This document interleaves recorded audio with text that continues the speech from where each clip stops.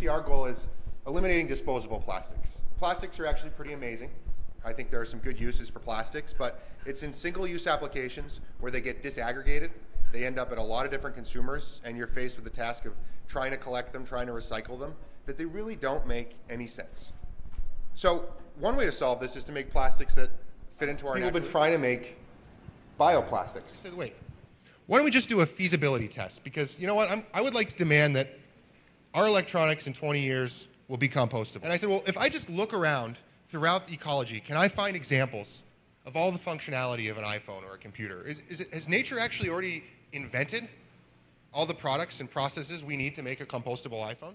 And I kind of went through them, and as I did this, I realized, you know what, this is actually a lot easier than I thought. So also for the packaging, we needed to find a solution. And then we looked at the alternatives, and a renewable feedstock to start from was a key. So we took that bio-based sourcing as a key starting point, and then we went to scout, let's say, for... Most of the markets and products you'll see in that lookbook, composting is irrelevant. And frustrating to us that because it's such a wonderful idea that products simply disappear. So let's talk about those recycle options. Mechanical recycle is an option we're working pretty hard. What we bring to the table is a new option. I call it feedstock recovery, or some of the technology folks will probably call it chemical recycle. And let me tell you, this isn't hypothetical.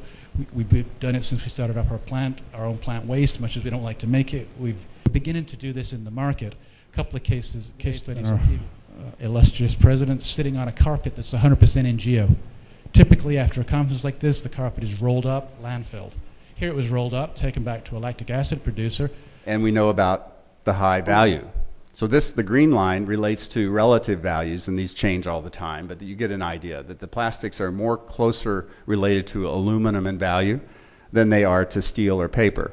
But yet their recycle rate is incredibly low. So again, the question, why aren't they more recycled?